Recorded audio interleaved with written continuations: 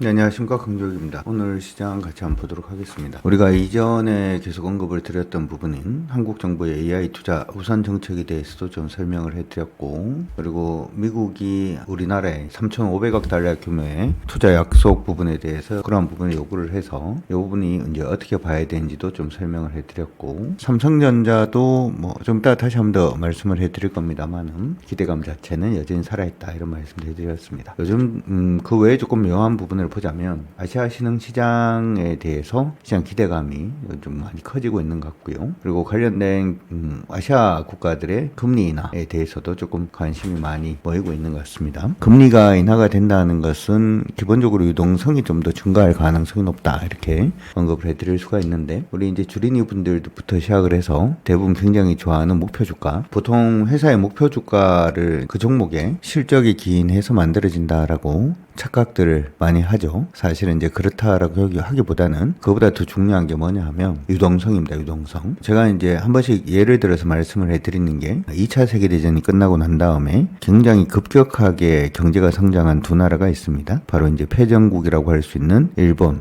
그리고 독일이죠. 아시다시피 일본 같은 경우에는 공산국가를 막기 위해서, 혹은 우리 이제 한국 전쟁이 일어났을 때 막대한 자금이 이제 투입이 되면서 일본이 이제 경기가 살아나는 그런 모습이 일단 있었고, 독일 전에 그때로 따지면 서독이 될 건데, 서독 같은 경우에도 미국에서 엄청 돈을 많이 부어서 경제를 좀 많이 살려줬죠. 그래서 그 당시로 보면 미국이 이제 GDP가 1등, 그다음에 일본과 독일이 2등, 3등을 번갈아 가면서 그까지 이제 순위가 올라오는 그런 모습도 보였습니다. 근데 여러분들이 가만히 한번 생각을 해보시면, 일본은 버블이라는 얘기가 있었어요. 주식시장의 버블, 뭐 이런 얘기를 많이 들어보셨을 건데, 독일은 버블이라는 얘기를 못 들어봤죠. 왜냐하면 독일은 1차 세계대전이 일어나고 난 다음에 슈퍼 인플레이션을 한번 당해봤기 때문에 인플레이션 통제에 굉장히 엄격했던 그런 모습을 보였고, 그 얘기 자체는 시장 유동성이 그만큼 풀리지 않았다는 뜻이 되고, 그 얘기는 일본만큼 증시가 오르지 못했다라는 얘기가 됩니다. 그래서 일반적으로는 이제 시장 유동성이 풀리는 그런 효과가 보이게 되면 시장은 좀 많이 오를 수 있다라는 기대감이 일단 있는데, 최근에 이제 중앙은행들의 정책들이 일단 금리 인하 쪽으로 좀 방향을 잡고 있는 모습이 보여지고 있어요. 물론 미국이 이제 금리 인하를 이제 시작을 했기 때문에 얼만큼 연속성이 있을지는 좀 더 두고 봐야 될 것 같습니다만은, 이러한 부분이 전 세계 자금 흐름에 영향을 미치고 있고, 그로 인해서 아시아 시장으로 자금이 유입되는 부분도 일단은 있습니다. 경제가 굉장히 좀 좋을 것 같다라고 할 때는 보통은 이제 리스크가 있더라도 더 큰 수익을 얻을 수 있는 이머징 마켓으로 자금이 유입되는 현상들이 나타나게 되고, 경기가 좋지 않을 때는 수익률이 좀 떨어진다라고 하더라도 선진국 쪽으로 자금이 유입되는 그러한 경향들이 일단은 있습니다. 그래서 미국에서 일단 금리를 낮추다 보니까 신흥시장으로 자산이 유입되는 기대감이 일단 커져 있고요. 우리나라의 경우에는 이제 여기 신흥시장, 선진국 시장을 나눌 때 약간 좀 애매하죠. 우리가 피세 지수 안에서는 선진국 시장으로 분류가 되어 있지만, 큰 자금으로 움직이고 있는 MSCI 지수에서는 우리가 이머징 마켓이기 때문에 여기에 대해서도 이러한 부분이 만약에 본격적으로 나타난다면 우리 시장은 좀 더 나은 모습을 보이지 않을까, 이렇게 또 생각을 해볼 수 있을 것 같습니다. 여기에 더불어서 아시아 중앙은행들도 최근 들어서 금리를 인하하려는 모습을 보여주고 있습니다. 인도네시아, 그리고 태국, 필리핀, 이런 아시아 신흥국들이 이미 금리를 인하를 했거나 또는 앞으로 인하할 가능성이 높다, 이렇게 지금 보고 있고요. 그리고 우리나라의 경우에도 현재 기준금리가 2.5%죠. 그런데 금리 인하를 지지하고 있는 의견들이 좀 더 계속 많아지고 있다는 점도 굉장히 좀 긍정적이지 않나라고 생각이 들고요. 이러한 부분은 사실은 좀 더 나아가서 얘기를 해본다면, 미국의 문제도 있습니다. 미국이 이제 고율 관세라든지 하는 부분을 계속 내세우고 있고, 교육 마찰이라든지 하는 부분들, 그리고 글로벌 수요가 이렇게 되면 좀 둔화하지 않겠냐라고 생기면 내수를 살리려고 이제 각국 정부들은 노력을 할 수밖에 없고, 내수를 살리기 위해서는 금리를 낮춰야 되는 그런 부분들이 좀 보이지 않을까 싶습니다. 이러한 부분들이 일단 보이면서 아시아 채권 시장에 외국인들이 꾸준히 유입이 되고 있는 그런 모습도 일단 보이고 있고, 이 부분은 여러분들의 MSCI 아시아 지수, MSCI 아시아 지수에서 일본을 제외한 지수가 있어요. 그러니까 이제 지금 최근 들어 신고가 행진을 또 보여주고 있는 모습이 일단 보여주고는 있습니다. 그런 부분들도 굉장히 아시아 시장으로, 그러니까 우리 시장뿐만 아니고 전체 아시아 시장, 일본을 제외한 전체 아시아 시장으로 자금 자금이 유입되는 그러한 모습들도 일단 보이고 있다라는 거 기억을 해두시면 좋을 것 같습니다. 여기에 더불어서 아시아 시장이라고 하면 가장 큰 시장이 중국 시장이죠. 우리가 중국 관련돼서는 우리나라에 상장되어 있는 ETF 여러분들이 한번 보시면 좋을 것 같다 이렇게 얘기를 해드렸는데, 중국은 사실 이제 부동산을 계속 살리려고 노력을 많이 했었는데 부동산을 살기가 좀 많이 어려운 것 같아요. 그래서 최근 들어서 국영보험사들에게 중국의 국내 주식 투자를 해라 라고 지금 얘기를 하고 있는데, 권장했다라고 얘기를 하고는 있지만 권장은 명령입니다, 중국이죠.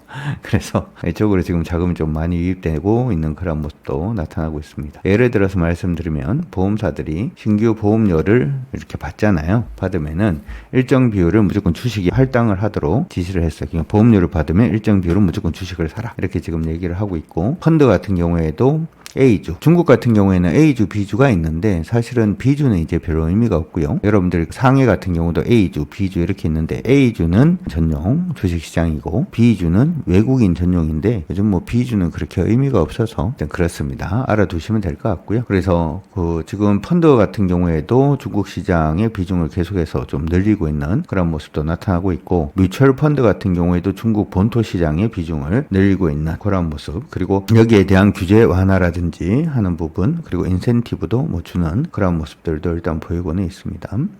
그리고 중국 같은 경우에 지금 본격적으로 금리를, 사실은 중국은 금리를 낮춘다라고 하면 최우대 금리를 낮추면 사실은 금리를 낮추는 것과 같은 효과가 있긴 합니다. 근데 최근에 이제 금리를 급격하게 낮추지는 않지만 리버스 레포라든지 특별 채권, 그리고 중앙 정부 자금 등을 통해서 주식 시장으로 자금 공급을 계속 좀 해주려는 그런 모습이 일단 보여주고 있고, 외국인 같은 경우에도 사실은 이제 중국에 투자하는 건 굉장히 좀 위험하다, 투자가 불가능한 나라다. 왜 그러냐면 돈이 투입될 때는 괜찮은데 나올 때는 돈이 나올 수가 없기 때문에 그런 부분에 인식이 강했었는데, 최근 들어서는 이런 인식이 좀 약해지는 모습도 보여주고 있습니다. 예를 들어서 2025년 7월 같은 경우에 글로벌 롱 온리 투자 펀드가 중국 주식에 약 7억 달러를 순투자를 했습니다. 6월에 12억 달러 정도를 했는데 굉장히 지금 빠르고 많이 투자를 하고 있는 그런 모습도 보여주고 있죠. 중국 안에서는 지금 투자할 만하다라고 하는 게, 아마 여러분들도 그런 인식은 가지고 계실 거예요. 중국이 AI에 강하다, 중국이 로봇에 강하다, 뭐 이런 인식들을 많이 하실 건데, 특히 AI, 반도체, 혁신제약 이런 기술 성장 테마 중심으로 해서 투자가 들어가고 있는 모습이 나타나고 있습니다. 그래서 우리도 이제 중국 관련돼서 최첨단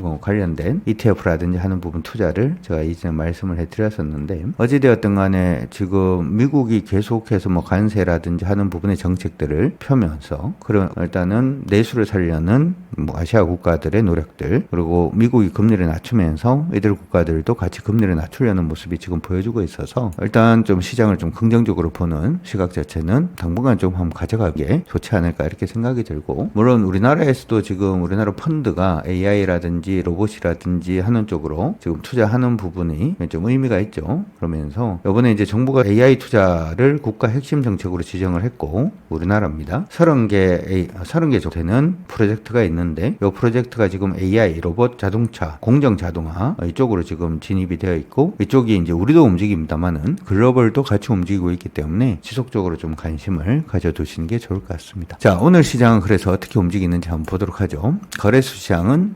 변함없고요. 그냥 밀리더라도 3,406포인트가 깨지지 않으면 저는 그냥 긍정적이다 이렇게 판단을 하려고 보고 있습니다. 그리고 코스피 시장은 일단은 추세를 뚫고 올라가는 그런 모습이 보여주고 있기 때문에 기본적으로 코스닥은 전일 저가를 이탈하지 않은 긍정시각 유지입니다. 그냥 일단 따라가는 거죠. 일단 그런 식으로 보시면 될 것 같습니다. 시장 안에서 오늘 시총 상위 종목군들은 또 어떻게 움직이고 있는지도 같이 한번 체크를 해보도록 하겠습니다. 자, 오늘 시총 상위 종목군들 중에서 가장 세게 움직이고 있는 건 삼성전자입니다. 삼성전자가 오늘 4% 정도 강세 움직임 보여주고 있는데, 오늘 우리 오전에 10시부터 시작했었던 오늘장 모사지에서 그런 말씀을 해드렸어요. 인텔이 이제 엔비디아하고의 연합, 그리고 미국 정부의 어떤 도움, 이런 부분으로 파운드리 사업에 본격적으로 진출한다라고 생각을 하더라도 생각보다 쉽지 않을 것 같다. 왜냐하면 인텔은 아직까지도 4나노 기술을 쓰고 있고, 우리는 지금 3나노가 상용화되어 있고 2나노를 지금 연구를 하고 있죠. 인텔도 물론 1.8나노를 연구를 하고 있는 그러한 단계고, 수주도 그쪽이 이제 미국 기업이니까 조금 더 나을 수 있다라고 하더라도 인텔을 살리기가 생각보다 쉽지 않을 수도 있다, 이런 말씀을 일단 해드렸고, 그래도 혹시나 살아날 수 있으니까